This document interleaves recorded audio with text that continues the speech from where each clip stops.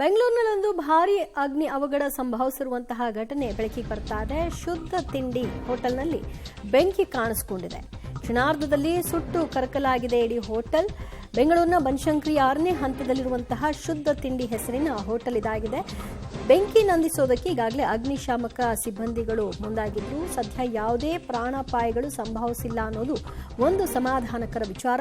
Short ಸರ್ಕ್ಯೂಟ್ನಿಂದಾಗಿ ಈ ಬೆಂಕಿ ಅವಘಡ ಸಂಭವಿಸಿದೆ ಅನ್ನುವಂತಹ ಸಾಧ್ಯತೆಗಳ ಬಗ್ಗೆ ಹೇಳ್ತಾ ಇದ್ದಾರೆ. ಈಗ ಪೊಲೀಸರು ಪರಿಶೀಲನೆ ನಡೆಸಿ ಅಲ್ಲಿ ಯಾವ ಕಾರಣಕ್ಕಿದಾಗಿದೆ ಅನ್ನೋದರ ಬಗ್ಗೆ ಹೆಚ್ಚಿನ ಮಾಹಿತಿಯನ್ನು ಕಲೆ ಹಾಕಬೇಕಾಗಿದೆ. ನೋಡ್ತಾ ಇದ್ದೀವಿ ದೃಶ್ಯದಲ್ಲಿ ಇಡೀ ಹೋಟೆಲ್ ಹೊತ್ತಿ ಉರಿದಿದೆ. ಫಸ್ಟೇ ಗ್ಯಾಸ್ ಇಲ್ಲ ಅಂತ ಹೋಟೆಲ್ಗಳನ್ನ ಬಂದ್ ಮಾಡುವಂಥ ಪರಿಸ್ಥಿತಿ ಇದೆ. ಅದರಲ್ಲಿ ಈ ರೀತಿಯಾದಂತಹ ಪರಿಸ್ಥಿತಿ ಆದಾಗ ಅವ್ರ ಕಥೆ ಏನಾಗ್ಬೇಡ.